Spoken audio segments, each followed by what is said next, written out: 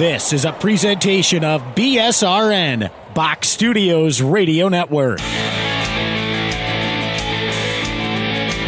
The Power Play Post Show is on the air, covering minor league hockey since 2003, and now covering the Binghamton Black Bears, with news, reactions, and in-depth interviews only heard here. And now from the Box Studios in Kirkwood, New York, here is your host of the Power Play Post Show, Bob Howard. And hello, everybody. Welcome to another edition of the Power Play Post Show. This is the show for March 23rd, 2025. This is season 14, episode number 52, and episode number 491 in the long-running podcast that is the Power Play Post Show. Hello, everyone. I am Bob Howard.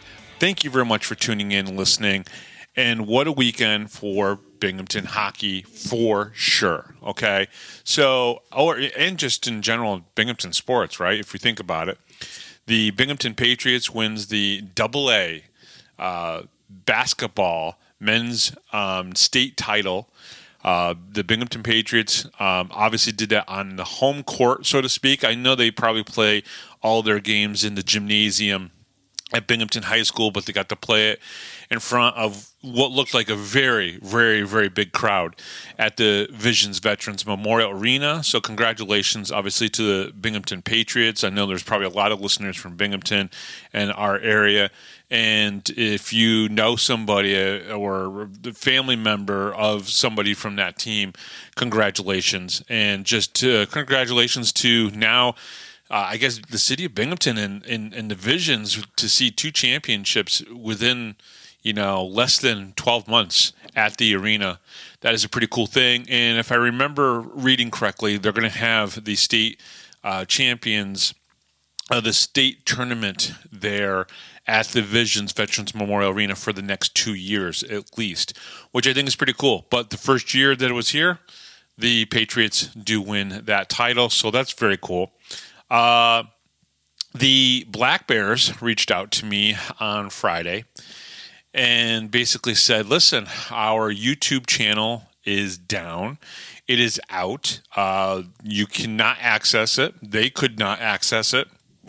And somehow, for some reason, it was basically removed from YouTube. Now, there's a lot of speculation on what might have happened. This could be just a mistake by the, it could be just a mistake by YouTube itself. I know E.J. Worth and Brooks Hill will try to get to the bottom of it and hopefully get the original YouTube channel back up and running again. I don't know if that's possible. I don't know if this was a complete delete by YouTube. And we don't know exactly what happened here. Obviously, there's, again, like I said, a lot of speculation, a lot of thought into that. Of what might have happened, and we'll leave it at that. We'll let the Black Bears handle it however they see fit. I'm sure it's not an easy process to get the team at Google to respond quickly enough, that type of thing. So the Black Bears reached out to me and said, "Hey, listen, you have over 50 subscribers. I think at the time I had 57 subscribers." Have you already set yourself up to go live, right? Because this is part of the process of how to be able to stream the games. And I said, yes, I've done some of the initial testing, but I haven't really ever done it. I'm not much of a video kind of guy. I know that's the way the world is now. Everybody wants to see a video. It's the reason why video streaming is so good now. Like Gary Ryan with the Fed League Flash. 10-minute misconduct when they used to do it. Speaking of, Fed type of stuff. But there's so many programs out there that are on YouTube, whether it's covering hockey, political, whatever it might be, there's a lot of it out there, right? And so I said, yeah, absolutely. I said, is your channel down? Because a couple people had reached out to me and said that they believed that the channel was down. What are the Black Bears going to do?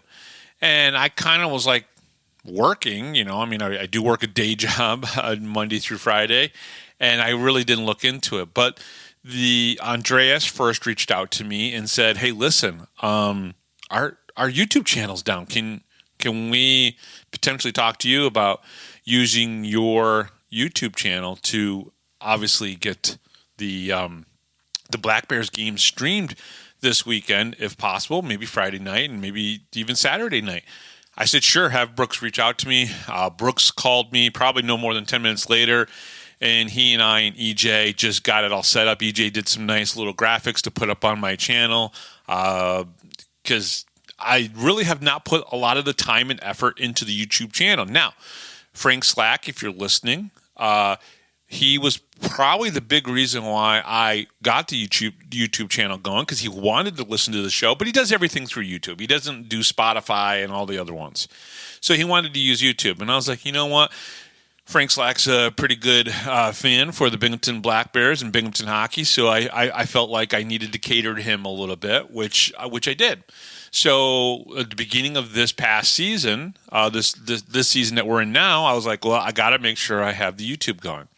So I did, but I didn't put really a lot of effort and time into it. I just wanted to get really the shows over there.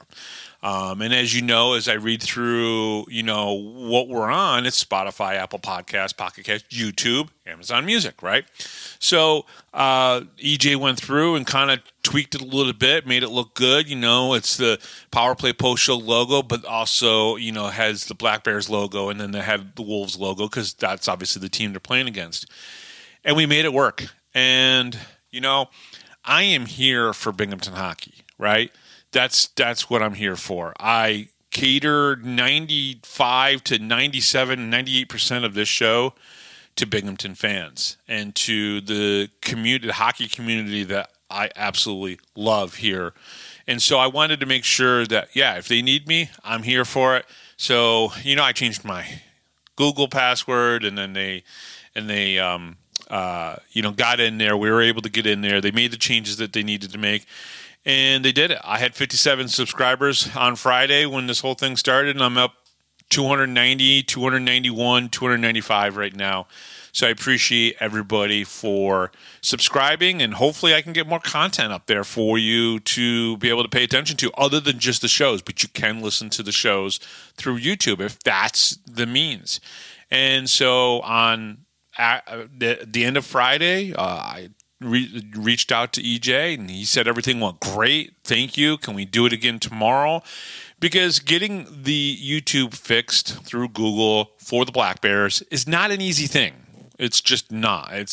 They're a huge company. They cater to millions of people using their channel.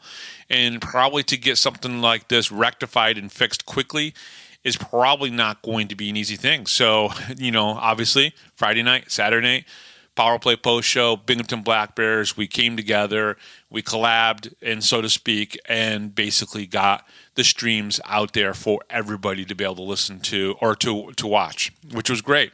And, of course, the Black Bears were up in Watertown. Brooks and Cole stayed in the arena, I think Friday night during the tournament. I think the tournament was going on. I'm not sure if the tournament was still going on Saturday night, but I know it was during the day on Saturday and probably into the late afternoon. But I'm not sure when the game officially ended for the Binghamton Patriots. But either way, Friday and Saturday, that was going on, but they were up in the Black Bears offices and doing it. And Brooks, I know you're going to listen to this. I appreciate 100% just, throwing the name out there as much as you did, especially on Friday night. It did help build the subscription base. I really, really do appreciate that.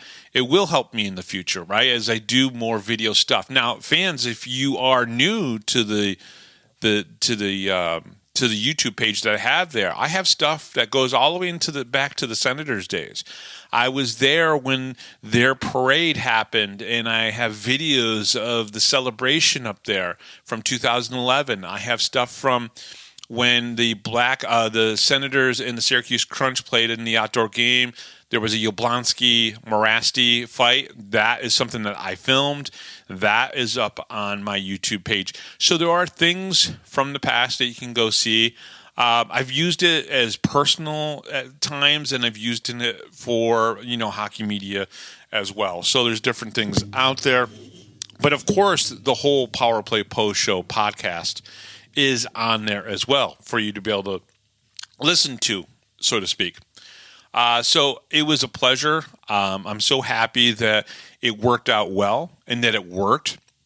And that from Friday night to Saturday night, there were anywhere from at any given time 275 to 600 people, maybe even more, that were tuned in at any given time on that channel, which was pretty cool for me. Okay, so I was really happy about that. And of course, you had a few of those stray people coming in and just trying to cause trouble. So that is the nature of the beast there. No big deal. Just, sometimes you just have to ignore those people. So let's get into really the meat and potatoes of this show. I have no guest today. There's no extra. So we're going to break down some different things here. We're going to break down the two games. And of course, and then after that, we're going to talk about the standings, the playoffs coming up, potential dates that the playoffs could start on, things of that nature. All right. The Power Play Post Show is on Spotify, Apple Podcasts, Pocket Cast, YouTube, as you all know now, Amazon Music, and iHeartRadio. Just search Power Play Post Show on whichever platform you listen to your podcast, and please subscribe. And thank you to everybody who subscribed on YouTube earlier this weekend. Please join the Power Play Post Show Facebook group. I think we had about 100 new people thanks to the Black Bears kind of promoting everything out there. Just go to Facebook and search Power Play Post Show, and I really appreciate all the new people coming over. I know most of you are Binghamton fans, which is great. Check out binghamtonhockey.net for all your Binghamton hockey information and curiosity. Okay. The Binghamton Black Bears traveled to Watertown and defeated the Wolves in both games on Friday night and Saturday night, improving their record to 44-5-1 with 128 points. Okay, so they basically have played 50 games. They have 6 games remaining. They could hit 50 wins if they win out. It's that simple. Right? Tyson talked about it a couple weeks ago on the Tully's Good Times show, or last week on the Good Times, the Tully show, with Brant and with Brooks. So can they legitimately do it? Right? It's like, I don't want to sound negative and say no, but I mean, 2 games down in Athens. You still have 2 more games, 3 more games against Danbury. And I'm sorry, Danbury is good right now. They are good. They're not the Danbury of 4 months ago. They're just not. So the question is, can they hit 50? Can they win out? I'd almost rather see them lose a game in the next 6 games and win a championship, because them losing a game is just going to drive them all a little batty, a little crazy, because they're going to be like, man, I can't believe we lost that game. And it's going to recenter them and focus them. So if they do it, great. If they don't do it, no big deal. Move on, win the championship. That's all that matters. Okay. On Friday night, the Black Bears won 6-1, scoring 5 goals in the first period. Okay. In the first period, the Black Bears score first and early with a Zach Sirota strike at the 148 mark, as Sirota was filling in for Austin Thompson, who was out with an illness. Zach Sirota played his butt off all weekend long. He was great. The things that don't show up in the score sheet that he does on the third line, 10 forward, whatever position you put him, he is out there forechecking, playing well defensively. He's turning into a really solid two-way forward. He's got 11 goals now in the season, folks. Pretty good. With Jesse Anderson in the penalty box for hooking, the Wolves get a power play goal and tie up the game at 1 off a tip-in goal by Trevor Grasby. Chris Mott regained lead for the Black Bears, also tipping the puck in past Wolves' Brendan Colgan, their netminder, at the 5:30 mark of the first period, making this a 2-1 game. Black Bears were not done then. Then, just 2 minutes and 12 seconds later, at the 7:42 mark of the period, the Black Bears scored their 3rd goal off the stick of Cameron Clark. After a Wolves turnover near their own zone, C.J. Stubbs came in alone and was able to get the Black Bears' 4th goal with 2:44 left to go in the first period. Nicholas Swain wanted to get in on the fun and did so, and scored the Black Bears' fifth goal of the period, scoring at the 18:15 mark of the first period. That was Swain's first professional goal. Due to suspensions and roster constraints, the Black Bears are only dressing 16 players. So they only had 16 players on the ice, 9 forwards and 5 defensemen. The defensemen this is how they were kind of paired up, but of course that gets mixed up throughout the game a little bit because you have an odd number. But it was Weber Stone, Anderson, Dion, and Dobles was the extra defenseman. And you kind of mixed him in with just a little bit of everybody. And if you think about it, Weber's a second-year pro. Stone is a second-year pro. Anderson has been playing 7 years now, and Dion's also a vet. So he wasn't out there alone with anybody that could not help him. So, and I thought he did a really good job throughout the whole game.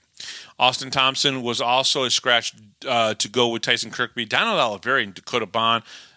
They were not playing. Thompson apparently was scheduled to play, but was out with an illness. Fast start for both teams as 3 goals were scored in the first 5 minutes and 30 seconds, with the Black Bears getting 2 even-strength goals and the Wolves only scoring on the power play. Only took the Black Bears another 2 minutes and 12 seconds later, and Cameron Clark scores his 17th goal of the season. We'll talk a little bit more Cam Clark in a little bit.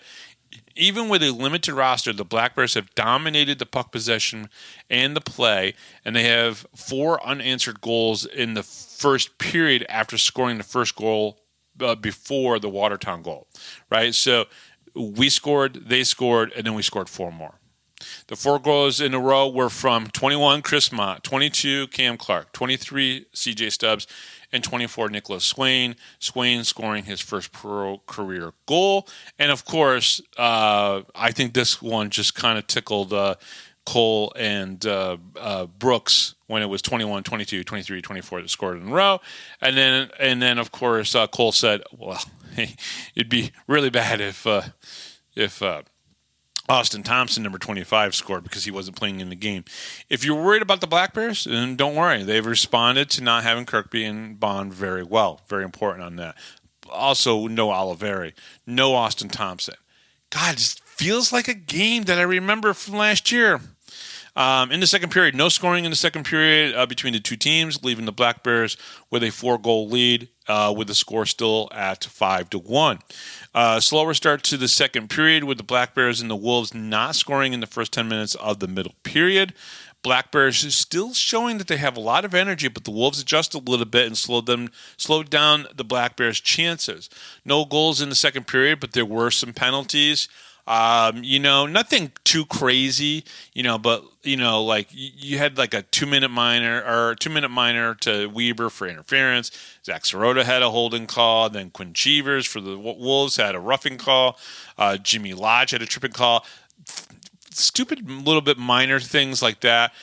There was at the 12:35 mark, I believe Luke Dobles actually was sitting for Gavin Yates, who apparently had an embellishment call after Declan Flanagan slashed him, and then he left the ice for an injury, but they called embellishment.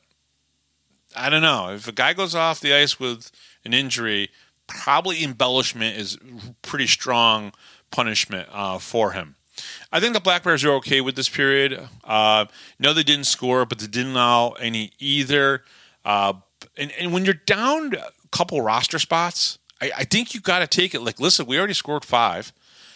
If we have a period that we don't score in, but the other team doesn't score either, and we're down a couple guys, best players are not on the ice, you can't complain with a period like that.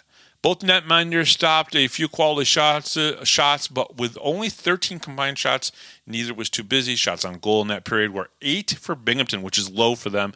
Watertown 5, that's kind of like a theme all weekend long. Totals at this point were 24-10. Again, very low for the Black Bears. Watertown did a pretty good job plugging the lanes, and a lot of pucks did not get to their netminder.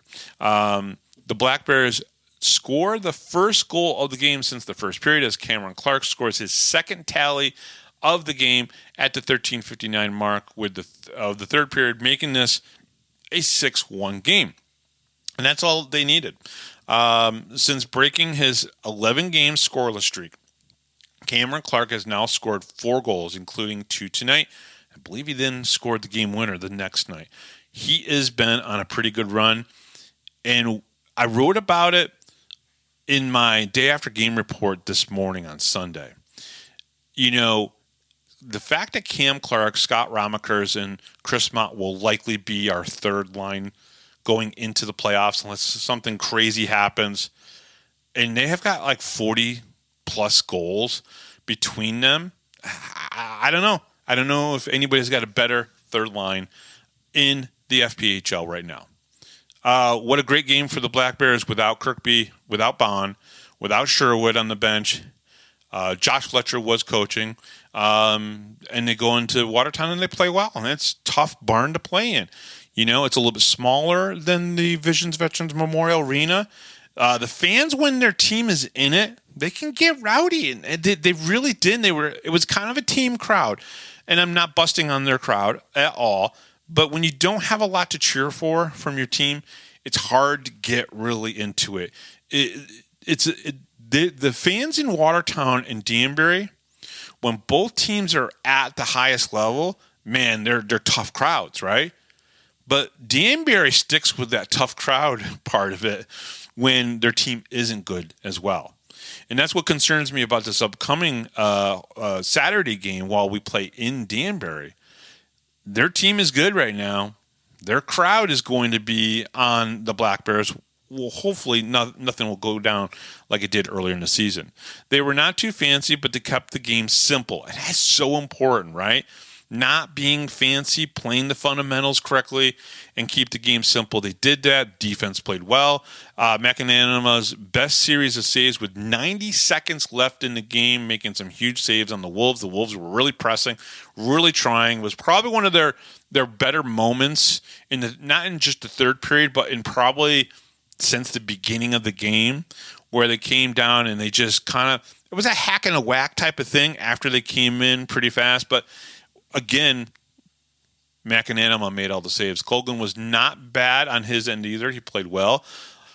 But the Black Bears just know how to score goals on any netminder. They find a way. Nothing more to say, but this was a gutsy, gritty, character-building win for the Black Bears. Black Bears are now, after that game on Friday, they were 43-5-1 with 125 points. Shots on goal in the third period, Binghamton 13, Watertown 11. Binghamton had 37. That's below their average. Okay, that's about 9-10 shots below their average, which is, very close to 50.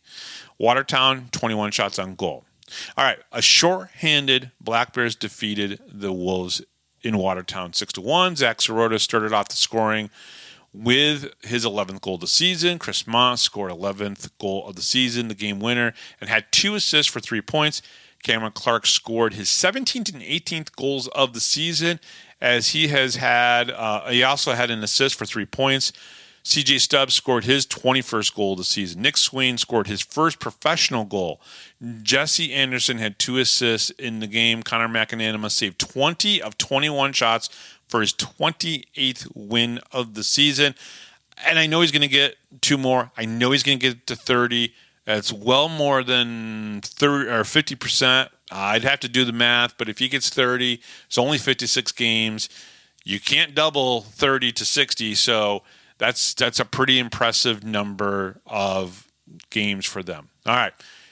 On Saturday night, the Black Bears won 7-4, scoring 7 unanswered goals in the second and third periods to win the game 7-4. Now, in the first period, after a turnover in the neutral zone by David Gaeta, streaking into the Black Bears zone, he sent a pass to Trevor Lord, whose shot went under Black Bears netminder CJ Happard right leg and into the net for the game's first goal at the 9:24 mark. Now, I know I'm going to talk about it here in just a couple seconds, but I just want to rephrase this, all right? That first goal was at the 9:24 mark. The Black Bears dominated the first 8 minutes of the game.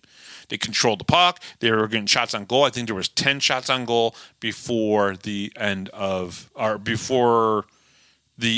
minutes. There was already 10 shots on goal to the Wolves no shots on goal. And then they got a shot on goal. Black Bears got another shot on goal, and then Trevor Lord scored on their second shot on goal in the game. After a set play off the faceoff to the left of Hapward, Andrew Whalen scores the Wolves' second goal of the game at the 10:20 mark, making this a 2-0 lead. Okay, so less than a minute later, they're already up 2-0. The Wolves take a 3-0 lead after another Trevor Lord goal at the 11:58 mark. So really bad 3 minutes so far for the Black Bears. With Scott Ramekers then in the box for high sticking, David Gaeta scored a power play goal at the 17:06 mark of the first period, giving the Wolves a 4-0 lead. And so here we are.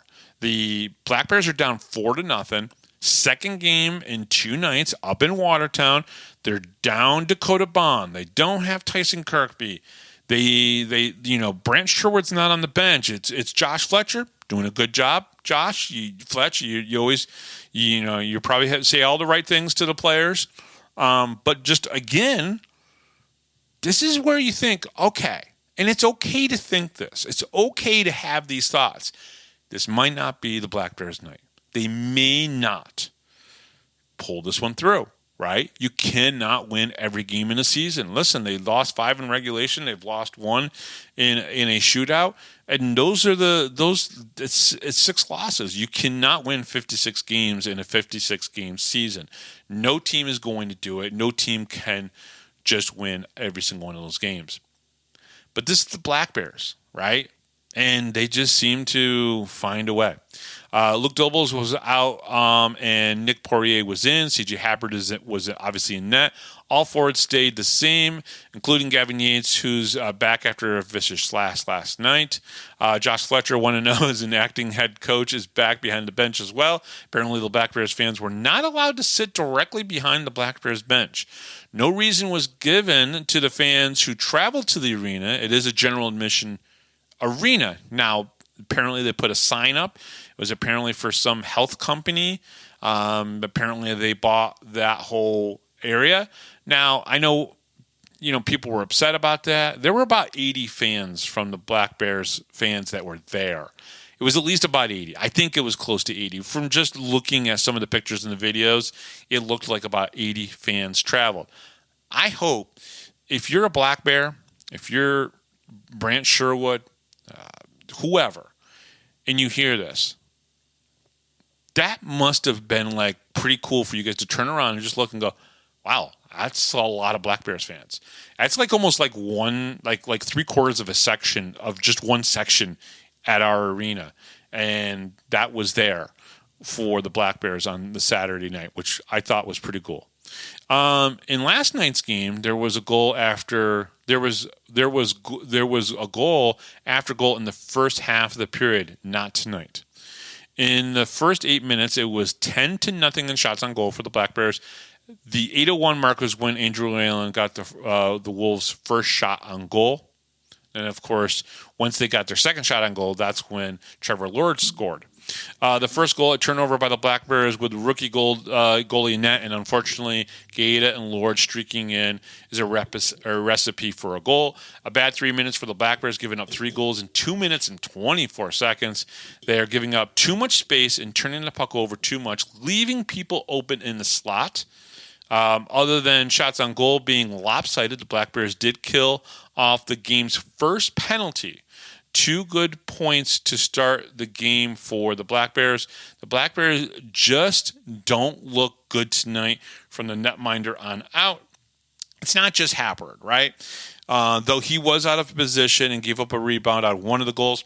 Listen, you can't just blame the goalie. But here's what I'm going to say. I understand, and I know Gary talked about this on the Fedley Club Flash, I think it was Sunday morning, about, you just don't, you can't just blame a goaltender and pull him out. And, I understood that. He was talking to people in the chat about it as well. No, you don't just switch about. But coaches do that. So why can't, if coaches do pull goaltenders, put a different goaltender in because maybe that goaltender just doesn't have it that night, then why can't fans call for it too? fans are calling for the goalie to be replaced isn't necessarily them knocking on that goalie. It's sometimes where they are trying to say some coaches will make the change to change the direction of the game. It just does something. You definitely feel a change sometimes when a goalie is removed and put in with somebody else. It's not necessarily a knock on the goalie. Again, there was a couple turnovers in front of the blue line for the Binghamton zone, and that caused a couple of the things. I mean, look at Happert's first game. There were 2 goals that were given up that were shorties because we turned over the puck. So it's not always the goaltender's fault, but I understand the point. If coaches never pulled the goalie when they gave up 4 or 5 goals, then fans would never say, hey, shouldn't we change out the goalie? Okay, so I kind of disagree with saying to the fans, oh, no, you can't pull the goalie because it's not the goalie's fault. It's, this is a team sport. I understand the point of the fans on that. This was bound to happen with the roster limits and the players out, but give players like David Guetta and Trevor Lord room and space, and they will find a way to beat you. They just will. They are skilled players. Shots on goal in the first period, Binghamton 18. Obviously, they got those first 10 in the first 8 minutes, and then Watertown 9. But Watertown scored 4 goals on 9 shots. In the second period, with Trevor Grasby in the box for Slash and Gavin Yates scored the Black Bears' first goal of the game just 6 seconds after the drop of the puck at the 1:45 mark of the period. So it only took him 6 seconds on the power play to score the power play goal. Nick Swain then, in front of the Wolves netminder and Anton Borodkin, hacked and whacked and then backhanded the puck into the back of the net at the 4:15 mark of the middle period, making this a 2-goal game. That was his second goal of the weekend. With Swain in front of Borodkin, while on the power play, Dan Stone scored the Black Bears' 3rd goal of the game and their second power play goal at the 9:11 mark of the second period. And you're like, holy cow, okay, all right, so call 911. Something's going on with the Wolves because now the Black Bears have scored 3 goals in the second period, and it's now a 4-3 game. And the Wolves did not really have a lot of good chances on Hapward. It almost seemed like as soon as they tightened up and made the defense a little bit better, they were able to then go score goals. Funny how that works sometimes, right? Doesn't always happen that way, right? Sometimes when you tighten up your defense, you kind of lose the looseness to be able to go and score goals. Looks like after the opening period faceoff, Kyle Steffen may have been taken a stick to the arm or something because he didn't enter into the D zone. Instead, he left the ice and went to the players' bench. I think he was probably on the ice for maybe like 4 or 5 seconds at the drop of the puck, but he did come back out. The Black Bears needed the Gavin Yates goal. I mean, when you want a goal to start something, you go to Gavin Yates. Now it will get the Black Bears going and playing their game. And it's something that Brooks even brought up, right? Sometimes with the Black Bears, it takes them maybe 10 minutes into the second period to score their first goal. All of a sudden, it just then comes in bunches. And it's so true. I've said it. He's been saying it. Steffen did get an assist on the Yates goal. Obviously, he's okay and was back on the ice. What is with the Wolves going after Zach Sirota? All weekend long, Brooks noticed it. I noticed it. And I started looking for it. And he seemed to be being targeted. And I think that's not the first time that we've seen that happen to Zach. And I don't think Zach is one of those guys that, people, that he goes and starts all that kind of stuff. It's just weird. In 9-11 of the period, the Black Bears have 2 power play goals and an even strength goal to get this game down just a 1-goal game. Never count the Black Bears out. Even though the Black Bears way outshot the Wolves in the first period, this period the Black Bears have turned up the gas on the Wolves and started to capitalize on opportunities. Very important there. Black Bears in this period were doing everything right, limiting the Wolves' shots, getting much better quality shots, and when they turn over the puck, they are recovering Very, very important there. Sometimes you're going to just turn over the puck. It's just the nature of the business. Some of the guys on the Wolves players, we saw a lot with the Carolina Thunderbirds, right? They were able to poke check that puck away from the Black Bears, but they recovered well, and that's very, very important. They didn't recover well in the first period, but in the second period they did. Okay, I think they spent 75% of the period, and I'm sure Brant Sherwood has the number for this, either 75% or 80% of the period in front of Borodkin. A big difference from the first period. Black Bears had 22 shots on goal. Watertown had 9. Totals were 40 and 18 in favor of the Black Bears. Now in the third period, just 1:11 into the third period, and this is when you knew the Wolves weren't going to score anymore, and the Black Bears were going to win this game. Just 1:11 into the third period, Scott Ramakers took a pass from Zach Sirota and scored the Black Bears' 4th goal of the game, knotting the game up at 4. Going 3 for 3 on the power play, the Black Bears take their first lead of the game after a Cameron Clark power play goal, scoring his 19th goal of the season at the 5:09 mark of the third period. Now, of course, Cameron Clark was not playing on the third line during this game. The lines are all mixed up. You put everybody into this lineup that needs to be there. He's playing on the third line on the left side. Okay? 19 goals there. There's 19 goals sitting there. Okay? With 3:17 left to go in the third, Nick Swain scored his second goal of the game, giving the Black Bears a 6-4 lead, scoring his third goal of the weekend. Chris Mott seals the deal for the Black Bears, scoring an empty net goal with 28 seconds left to go. And the Black Bears had 7 unanswered goals at this point. Sirota should have gotten an assist on the Ramakers goal, but they did give it to him. He had 2 assists in the game. He took it off the wall and sent it over to Scott for the game's tying goal. And let's be honest. Sirota had a great weekend. Got targeted a little bit by the Wolves, right? Scott Ramaker still continues to find a way to contribute almost every single game. Sometimes it's a goal, sometimes it's assists, sometimes it's just his face-offs, the way he plays on the ice. Really just doing a little bit of everything really well. Third liner, Cameron Clark with 19 goals. What other team has that? So all of you thought when the Black Bears were down 4-0, no way they could come back on the road. Yet here we are, 5-4 with 10 minutes to go with the game. I was thinking the same thing. I'll be honest. I've said it. I thought 4-0. Here's either their 6th regulation loss or their 7th loss in general. Things were against the Black Bears, down 2 roster spots, clutch guys out, but this team prevails. Wow, what can you say about this team? They just find a way and they keep working. This wasn't about the Wolves tonight. I'm sorry, but it just really wasn't. They made their run in the first period, then the Black Bears adjusted or turned on the switch, as Brooks Hill would say. They got their legs underneath them. Great performances by Nick Swain, Cameron Clark, Scott Ramakers, Zach Sirota. I mean, he was a beast out there. So many good things to say about him. And that's why I had, when Taylor Welch asked me who my pick was for the impact players, it was Zach Sirota. The Black Bears clinched home ice advantage all the way through the playoffs.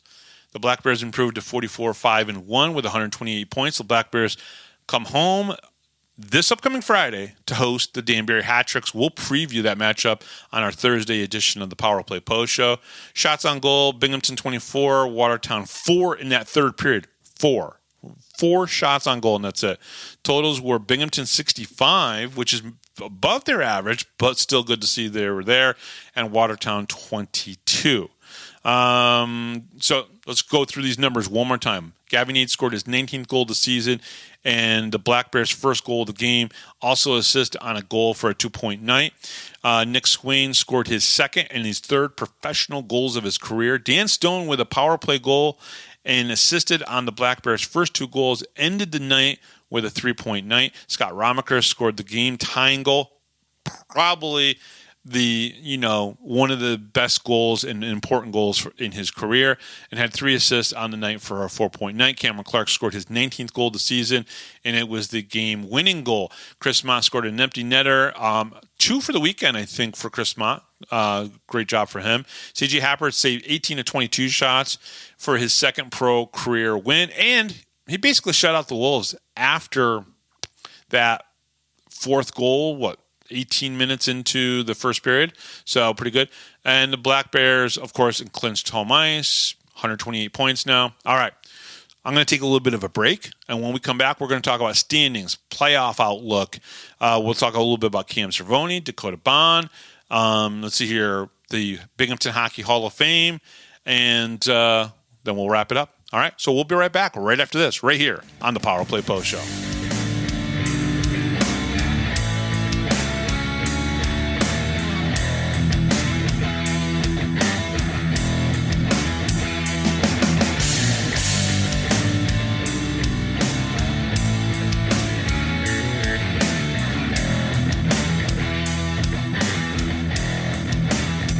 If you're a Binghamton hockey fan, then you need to check out binghamtonhockey.net for all your news, stats, information, the Binghamton Hockey Hall of Fame, top 10 lists, profiles, and so much more. That's binghamtonhockey.net.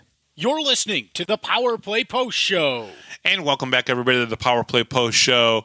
So let's get into the standings, right? Because we're going to try to do this now every Sunday through the rest of the year, the rest of the season, because, of course, we got about 4 or 5 weeks, and the standings are going to be important at this point, okay? So let's look at the Empire Division, right? Because this helps set up the playoff outlook. Who could we be playing against? Which teams do we need to be watching for?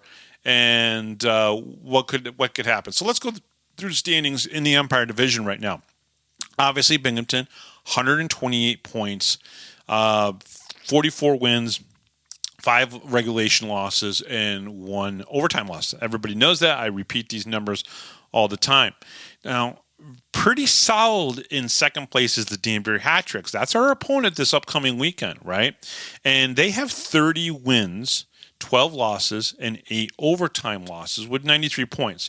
They're not catching us. I don't think they're going to be caught, but the Port Huron Prowlers, who are in third place, they're on a pretty good winning streak. If Port Huron continues their winning streak this upcoming weekend, and we take a couple from the Danbury Hat-Tricks, that could help the situation.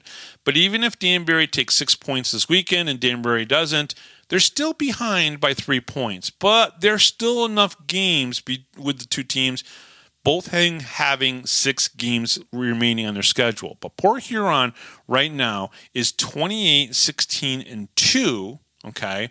And they have 84 points. So they're 9 points behind the Danbury Hat-Tricks right now, right? Those two will more than likely be facing off against each other, the 2 seed and the 3 seed, in the first round of the playoffs. Now, in fourth place is the team that we just played against, the Watertown Wolves. Now, they've played only 48 games, so they've got 2 more games at hand than the 3 teams above them. But again, there's a separation of about 11 points between Watertown and Port Huron. Port Huron's on such a great run. Watertown has lost their last 4 games, of course, 2 against the Black Bears and 2 before that. And Port Huron has won 7 in a row. So I don't know if Watertown is going to catch them. Right now, Watertown has 25 wins, 20 losses, and 3 overtime losses for 73 points. 11 behind Port Huron. Sure, they got 2 games in hand. Can they really go on a run and catch them? So then we look at Fraser, or the Motor City Rockers, right? They have 17 wins, 29 losses, and 3 overtime losses, 49 points. They're not going to catch the Watertown Wolves. I'm sorry, they're just not going to. They've played 1 more game than Watertown, and they're just not going to do it, which means more than likely they will finish in 5th place, and Watertown and Motor City will play a play-in game. Now, Watertown has lost their last 4, like we said. Motor City's won 3 in a row. So, and they won, I think, all 3 this weekend that they played. I think they played 3 games in 3 nights, and they won all 3 of those games, right? So that will keep them ahead of the HC Venom for that 5th spot. I just don't see HC Venom catching up and whatnot. So what does that mean? That means Binghamton will more than likely play either Watertown or Motor City in the first round of the playoffs. Now, of course, even though Binghamton's fate is already set when it comes to home ice advantage all the way through the playoffs, we are already clinched. We've already won the division. We've won basically the regular season championship throughout the whole league. Nobody can catch us there, right? The Black Bears still don't know who their first round opponent's going to be. And they probably won't know until either Tuesday or Wednesday after the regular season ends. Now, I don't know when the game is going to be scheduled, right? But more than likely, it's going to the play-in game between the 4th seed and the 5th seed. I'm going to guess is going to be somewhere around either it's going to be Monday the 14th or Tuesday the 15th or Wednesday the 16th. So they don't know who they're going to be playing against. Now, of course, I would imagine that most of the team would probably rather play the Watertown Wolves. Nothing against Motor City. It's not a fear thing. They just don't want to drive out to Michigan. Why go out to Michigan when you can play against the Watertown Wolves? It's more of a preference of convenience than it is about fear.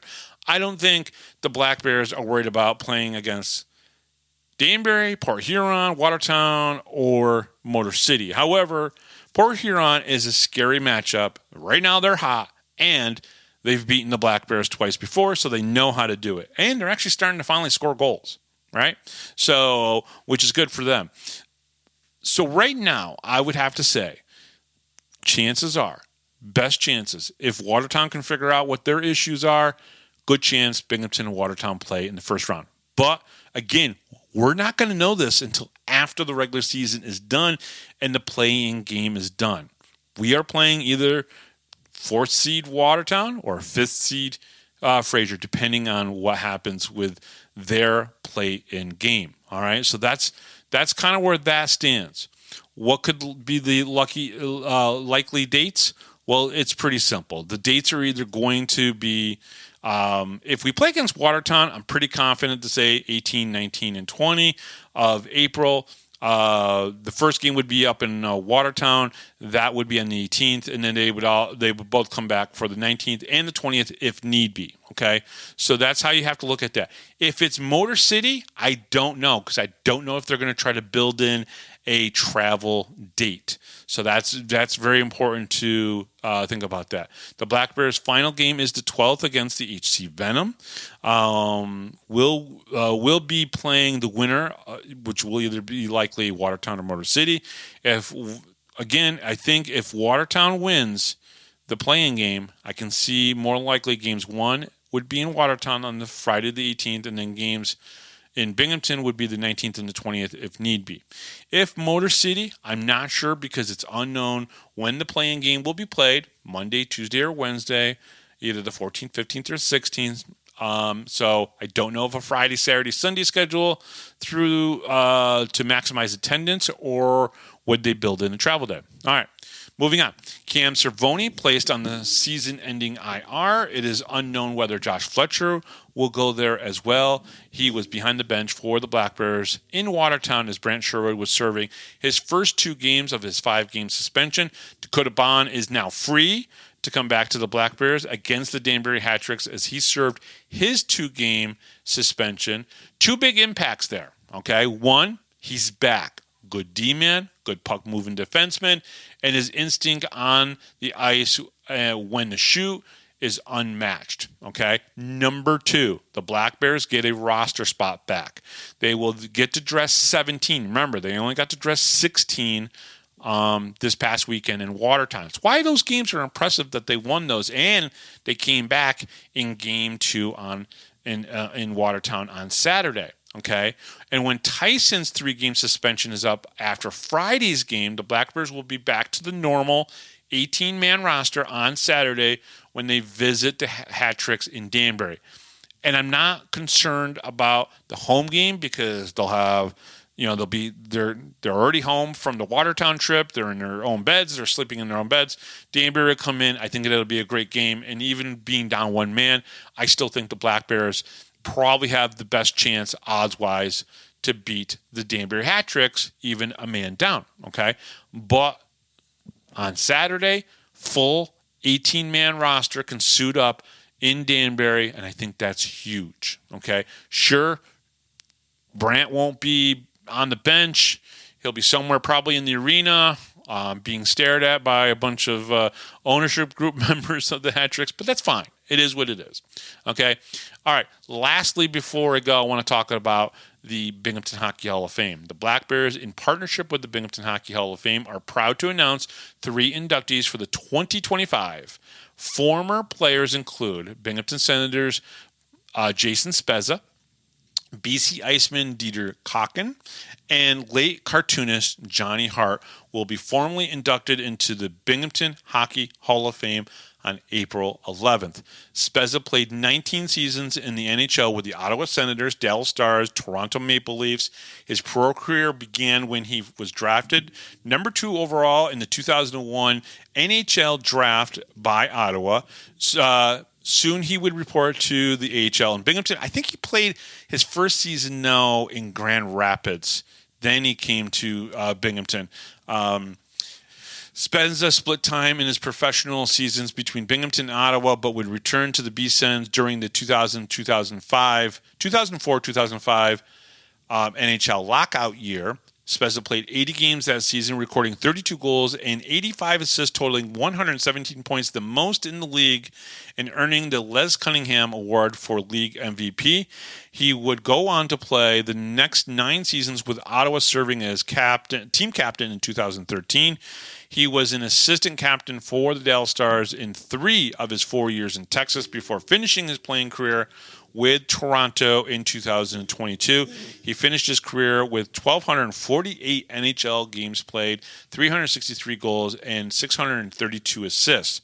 Spezza continues to work in hockey, serving as the assistant general manager of the Pittsburgh Penguins, and is in his second season of overseeing their affiliate, the Wilkes-Barre Scranton Penguins. I just want to talk about Spez for just a few seconds. Great talent. The things that he was able to do on the ice, the skill, the speed, all of that was pretty impressive. You know, he didn't have the same career as Sidney Crosby, but came in around the same time. I think he was drafted number 2. Yeah, number 2 behind Sidney Crosby. And that's kind of crazy. That's you got to think about that for a second. It was Sidney Crosby and then Jason Spezza. Sidney, yeah, craziness there, right? But he had such a great skill, very gifted athlete, and it'll be great to see him, obviously, in Binghamton. I'm being told he will be there to accept it, and I think that's really important, right? Because I think Spez needs to see. I think there was some controversy about Spez playing in Binghamton, about him not being happy being there. And it may be true, may not be true. There's a lot of people that have talked about it over the years. But I hope he sees that hockey is still very important in Binghamton. Even if it is the FPHL, it doesn't really matter. What matters is that hockey's still playing in that barn that he's played in.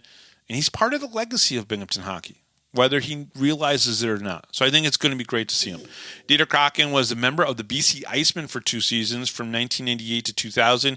He was selected 98th overall in the 1993 NHL draft by the Vancouver Canucks. You got to remember, folks, the UHL wasn't just the UHL was kind of like your second tier. It was like the NHL, the AHL, with the IHL at some points being, the AAA hockey. And then AA hockey wasn't just the ECHL. There were teams that would affiliate with UHL teams.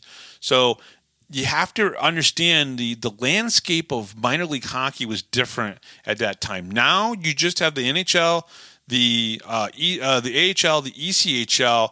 Nobody's competing with the ECHL and the AHL, right? And now you have 2 leagues competing for single A hockey. But the UHL definitely had a part to play in developing players, and Dieter Kocken he's got history to him. Okay, the goalie from Saskatoon, Saskatchewan, played in 83 regular season games with a total record of 47, 27-8 with 6 shutouts.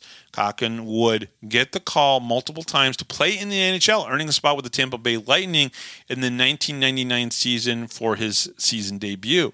He was the first and only player to ever move from the UHL straight to the NHL. That's the history for Dieter, which is pretty cool. He made appearances with the Lightning in 3 seasons and did play 1 game for the Minnesota Wild in the 2002-2003 campaign. That same year, Cocken won the Calder Cup with the Houston Aeros, posting a record of 15-6-3. So congratulations to Dieter. Great legacy. Binghamton has had a lot of players, do some pretty awesome things over the years.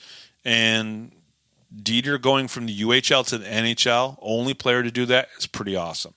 The late Johnny Hart is the final inductee in the 2025 class. Hart's work as a cartoonist can still be seen today all around Broome County. He was a native of Endicott, New York, is the most known for his creation of the comic strip BC and Wizard of Id that were published all over the country in countless newspapers. Hart is credited with the original designs of 2 of the Binghamton hockey logos, the Broome Dusters logo and the BC Iceman logo, along with other notable logs such as the BC Open, Broome County's parks, and many others. And when you look at them and you put them side by side, the Dusters, the Iceman, the parks logos, like if you go to Cole Park or any of the other parks in the area and you see the logos that he's created, there is a theme there. There's a design look there that you will notice between that, which is pretty cool. Hart passed away in 2007, but his legacy continues through his art with his family to this day, which is pretty cool. And as somebody who was a pencil sketch artist myself, I can tell you right now, Johnny Hart was a hero of mine growing up as a kid and being an artist myself. Just this to me is great to see. Probably should have been in the Hall of Fame a lot sooner than he was, that he's going in, but I'm so happy that Johnny Hart is going in. The Hall of Fame ceremony, which is one of my favorite nights of the year, folks, and I know what the jersey is. I haven't seen the jersey, but I know what the jersey is. I think everybody's going to love it. The Hall of Fame ceremony will take place prior to the Binghamton Black Bears game on Friday, April 11th at 7 p.m. The Black Bears will be honoring the history of Binghamton hockey with special throwback jerseys that will be announced at a later date. I haven't seen them. I know what it is. I can't wait to see them as well.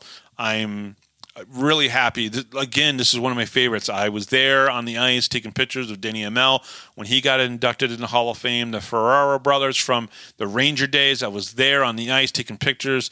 I'm really excited about seeing Spez and Cocken, and just really cannot wait.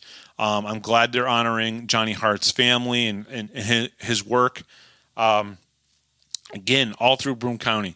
You can see his work in lots of places, and it's very cool. All right, that's it for me, guys. The Power Play Post is on Spotify, Apple Podcasts, Pocket Cast, YouTube, Amazon Music, and iHeartRadio.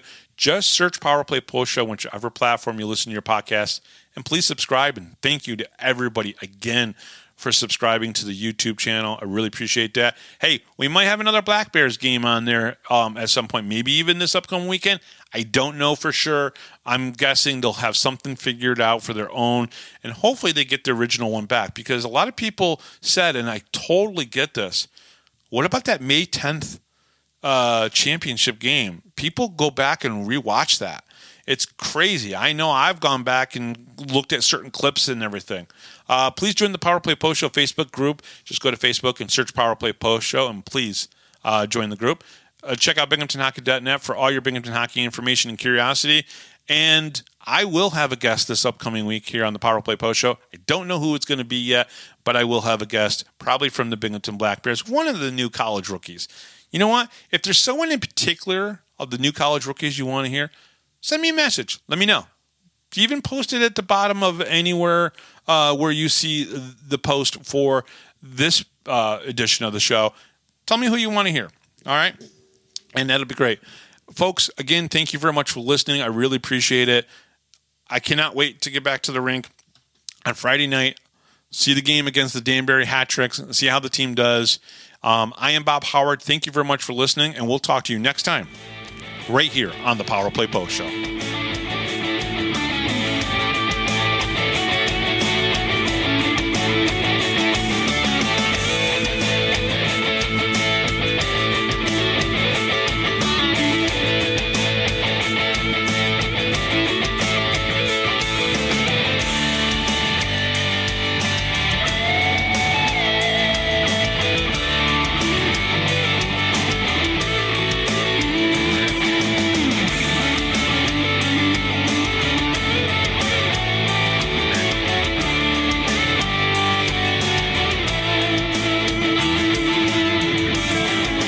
Thanks for listening to this edition of the Power Play Post Show. Be sure to tune in next week to the Box Studios Radio Network for all the latest Black Bears news and interviews from around minor league hockey. The Power Play Post Show would like to thank John Patitucci for all the music you hear on the show. You've been listening to the Power Play Post Show.